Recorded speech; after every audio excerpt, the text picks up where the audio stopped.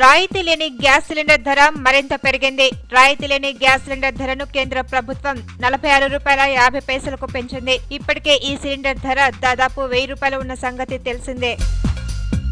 Akbaruddin voice రికార్డుపై పోలీసులు దాఖలు చేసిన పిటిషన్పై విచారణను న్యాయస్థానం శనివారంకు వాయిదా వేసింది. అక్బరుద్దీన్ వాయిస్ రికార్డుపై నిర్మల్ మున్సిపల్ కోర్టులో పోలీసులు పిటిషన్ దాఖలు చేసిన సంగతి తెలిసిందే. హైదరాబాద్ పేరుతో తెలంగాణను అడ్డుకునేందుకు ఇంటి దొంగలు ప్రయత్నిస్తున్నారని నిజామాబాద్ ఎంపీ మధు యాష్కే ఆరోపించారు.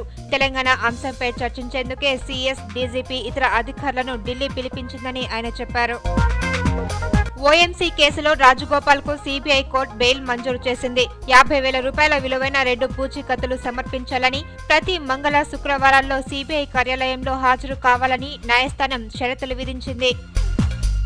విద్యుత్ ఛార్జీల పెంపు, ఇంధనపు ఛార్జీలపై సీపీఐ ఆందోళనకు పిలుపునిచ్చింది. అపరిమితంగా పెంచుతున్న ఛార్జీలపై ఈ నెల 22న 10 వామపక్ష పార్టీలతో కలిసి రాష్ట్ర వ్యాప్తంగా కలెక్టరేట్ల ముట్టడికి సీపీఐ రాష్ట్ర కార్యదర్శి నారాయణ పిలుపునిచ్చారు.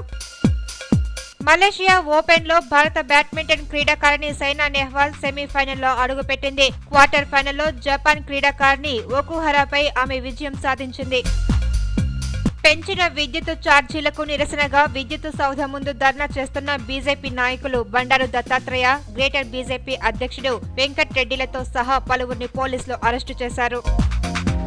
దశాబ్ది ఎక్స్ప్రెస్ రైళ్ల సమయాలను ఈ నెల 19వ తేదీ నుంచి సవరించనున్నట్లు దక్షిణ మధ్య రైల్వే ముఖ్య పౌర సంబంధాల అధికారి కె సాంబశివరావు ఓ ప్రకటనలో తెలిపారు.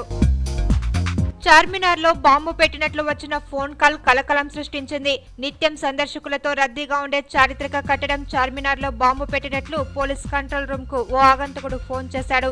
అయితే ఇది ఆకతాయిల పని అని పోలీసులు తేల్చేశారు. డీజిల్ ధరలపై నియంత్రణ ఎత్తివేస్తూ కేంద్రం తీసుకున్న నిర్ణయం స్టాక్ మార్కెట్లపై సానుకూల ప్రభావం చూపింది.